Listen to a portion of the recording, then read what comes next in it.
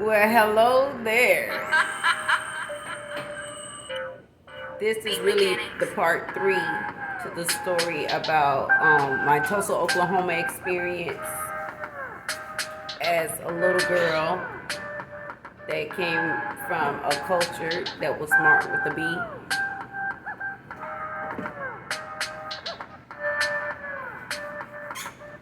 blacked out. Okay, um, so it was really a hard situation for me because being a minority and an all whited out culture um, in Tulsa, Oklahoma, being one of four people of color. Then another boy came named Joseph. He was called Indian, and he became my friend. That made things so much better because I was like totally alone. And then it was this another boy. He came late, and he was considered really weird. And he was of the whited out culture. And me, Joseph, and him became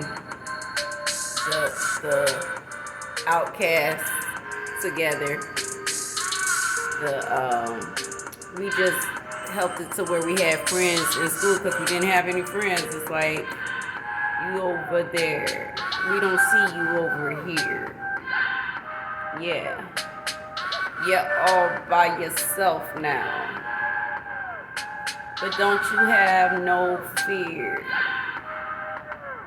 Because we've been all by ourselves. Wow. We coming together. So we came together, me, Joseph, and the other young man. So it was the white, Indian, and the black. And we were like 10 and 11 years old type of thing. And Joseph, I tell this little story or joke he made one time. They were talking about the Underground Railroad in class and how the slaves would sing songs, and coded songs to practice the Underground Railroad, right? And so that they can get people through the Underground Railroad. So then Joseph was like,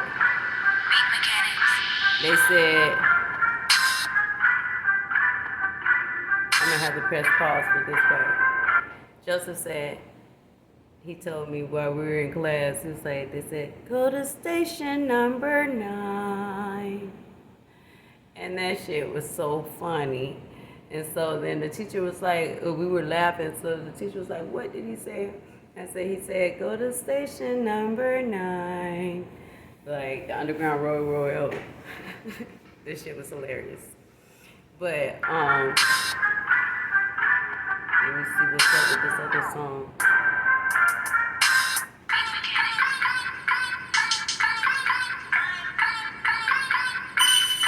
Okay, so, but before Joseph came and the other young man came, I was totally like by myself there, isolated. I was upset because they put me in the slow class. I look back on everything and I see it differently now. Everything happens for a reason. What I look at, before I was just like indignant as a little girl, like, oh my God, they got me in the room with dummies. But basically people who couldn't read, rich people who could not read, and I could read and everything like that. And so I was very disappointed. And then people were making snide remarks without knowing that they're making racist remarks but because I was from Miami and from Gainesville, I recognized as a little girl, that's racist what you're saying. Like what you're doing and saying is racist. It's like I noticed the difference. Like it was like I was being told in connotation that I was the extra, that you belong in this side category. Like black wasn't like black and white, it's like white and then black over there. And in Gainesville though, I mean I did have an experience where the teacher was like, one of the teachers were trying to justify slavery, like we needed slaves. Like that's basically what she was trying to say. I remember that. One of the things I learned in school, even while I was in Gainesville, was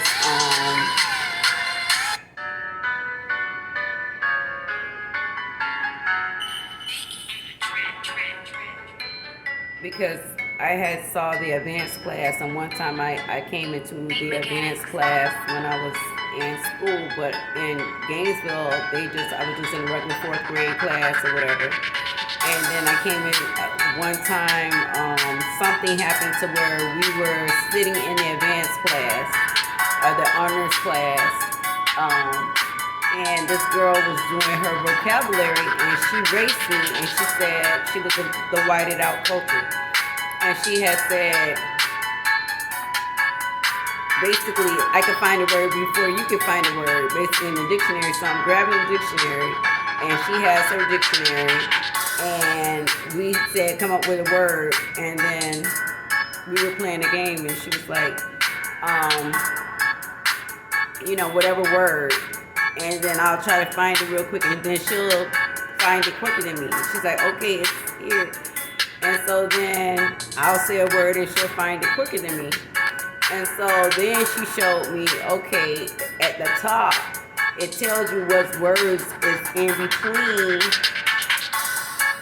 on the page. But between the first and last word on the page, you can tell which page the definition is.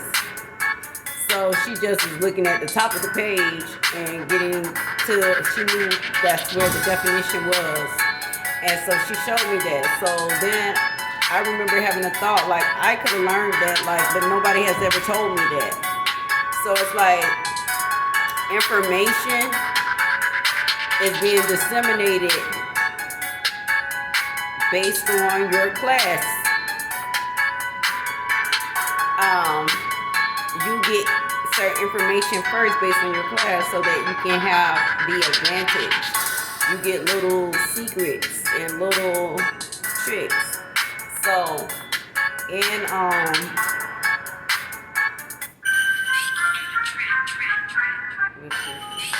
thinking about going to a different set of beats.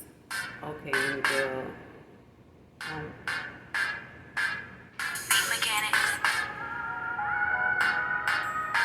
I thought we told you.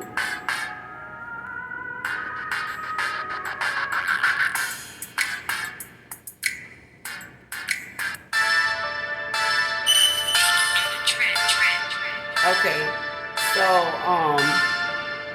basically I was living in the cold section. I'm from Florida. I'm copper colored, and being freezing in the winter, having to go to school even when it's like slick roads and all that, to me that was crazy because I'm from Florida. Like, you stay in when it's just doing a little regular storming and stuff, and then they're like the bus pulling up and it's below zero outside and shit. And I remember being so ashy. And what that is, like, when you scratch your skin, you get the mark, but the gray or the white mark, my legs was ashy, my lips were chapped. So it's like, Okay, it's bad enough that I am one of four people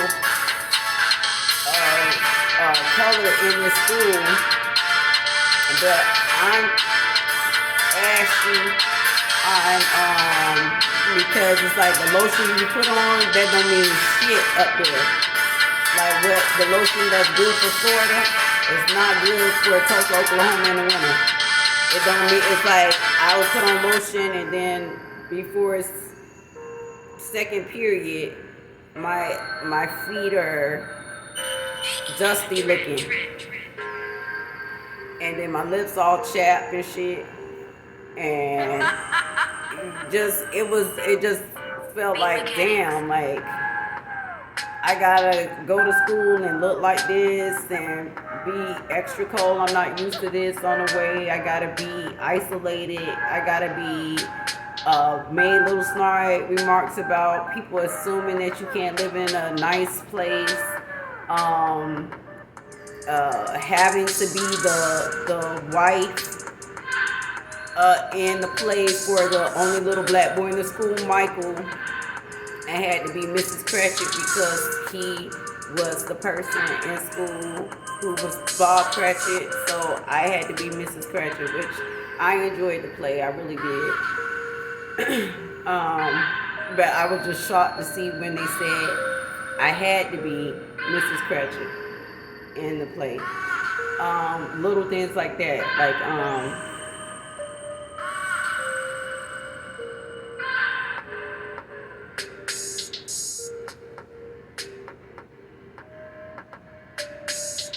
I wasn't used to that nonsense. Like I wasn't people talking about like for Halloween I'm gonna dress up a Tina Turner and there's a lot of little slick shit. Never getting a compliment for my looks. I can't say olive oil cured me. I lathered it up with olive oil, and then that was the way that it sort of like it cured my ashiness up there.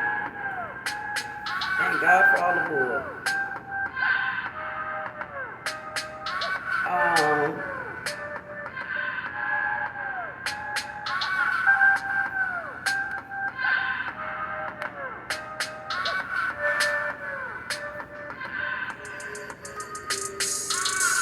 I guess the last thing that I would want to say, so that experience was just like, for me, it was like a rough experience, but it helped me when I left and came back to Miami after that. And I hit middle school, Parkway Middle School in Miami. But at first I came back to Miami and I went to an elementary school. But then when it was time to go to the middle school, I was considered a nerd in Miami. Because the information that I had learned at Jinx East was for a different class of people. And when I came back to Miami Parkway Middle School, a majority of blacked out culture people, I knew way more academically than they did. I was a C student in Jinx, and it was just mainly because I just was like, not even want to be there. Like, and I missed a lot of school actually. And I look back on that and I thank God I missed a lot of school. I wasn't supposed to take in all that nonsense. Like, it was so much nonsense with stuff. Like, I just was aware as a 10-year-old girl, like, this is some bullshit. My mother she was used to being a single mom, making things happen, but every time she went to apply for anything up there, they would ask her for her husband and all this stuff. So it was just very like, we ain't used to this.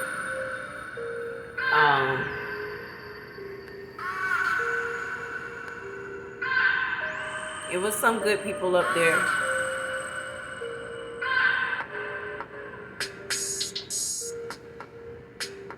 But as far as I was concerned, It's like I was not enjoying myself in school. We had a nice, pretty condo. Yeah. I lived up there with my sister and my niece and my mom and my nephew. Actually, he was born by then, yeah. So, but what I ended up learning was that people are different all over. Can be wonderful all over.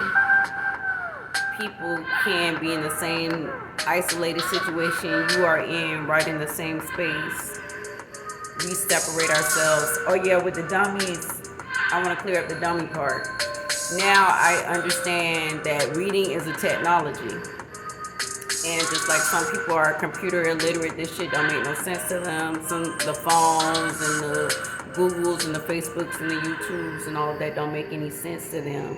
And they're not dummies.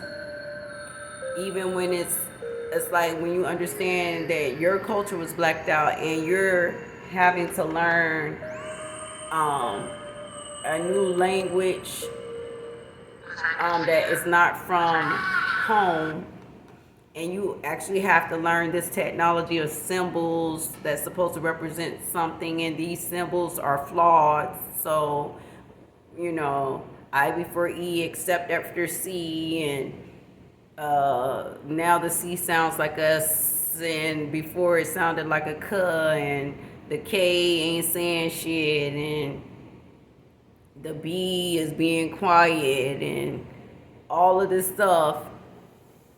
It's not like that makes you a dummy or even slow. It means that you need to learn at your own pace and have a way of learning from your perspective. And when you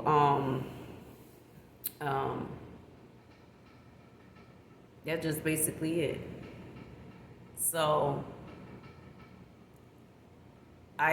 since I've grown up, I learned to appreciate people who don't act right. People who do not stay in their lane. People who don't mind their business. Because if you don't mind your business, you can save a lot of people. You can help a lot of people.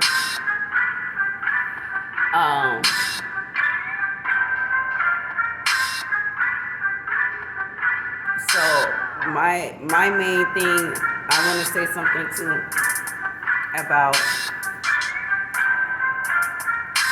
critical race theory.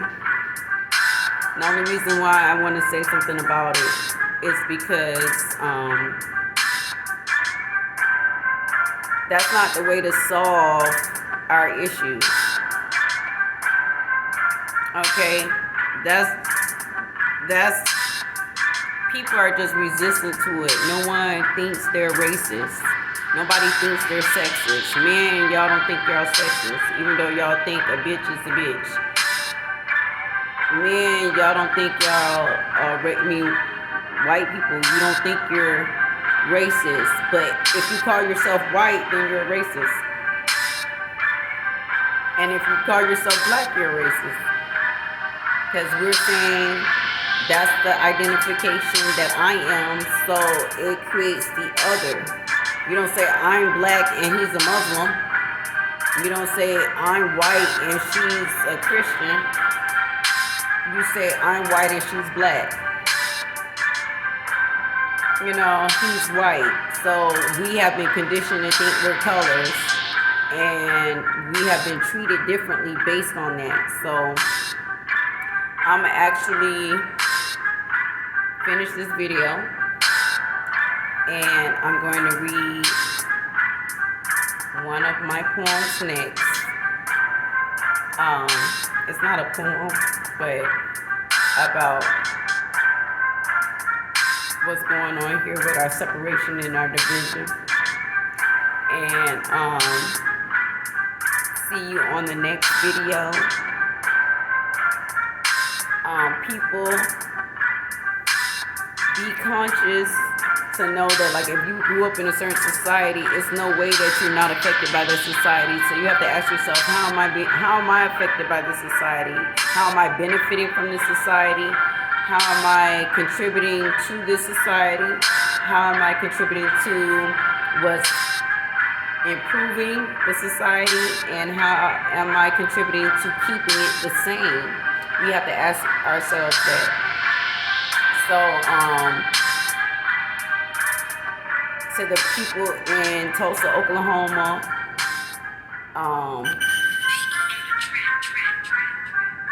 I would like to say, take a look at yourselves.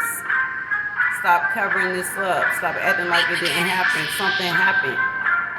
Things been happening.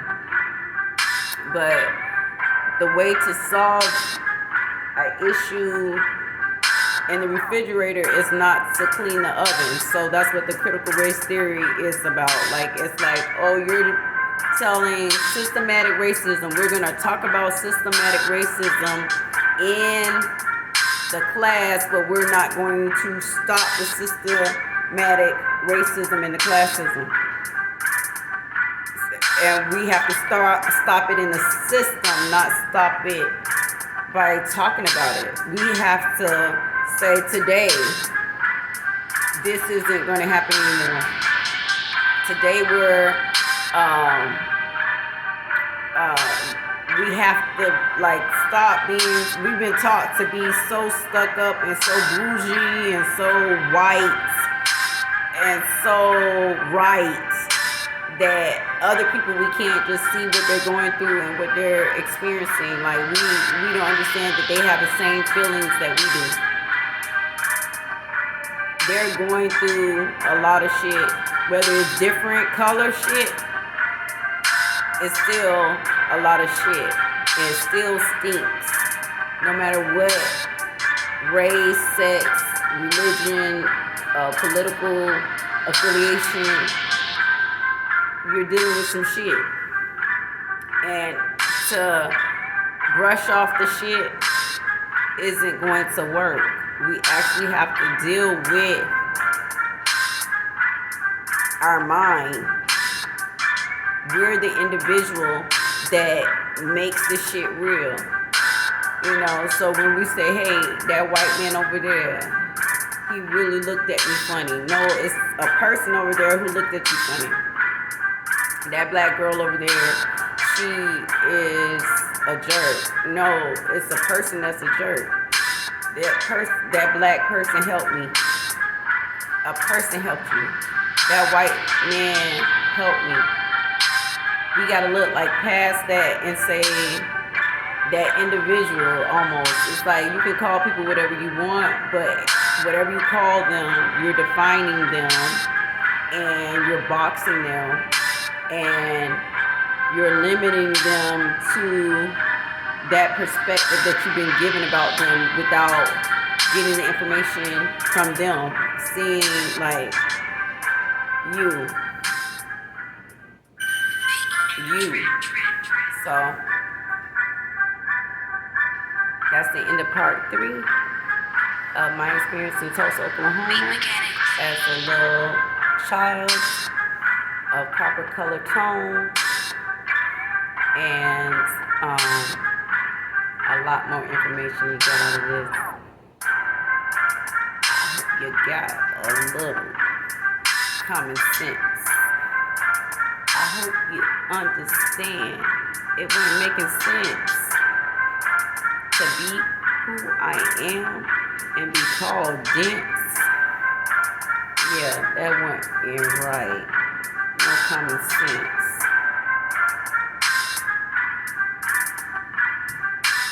Yeah. So, love.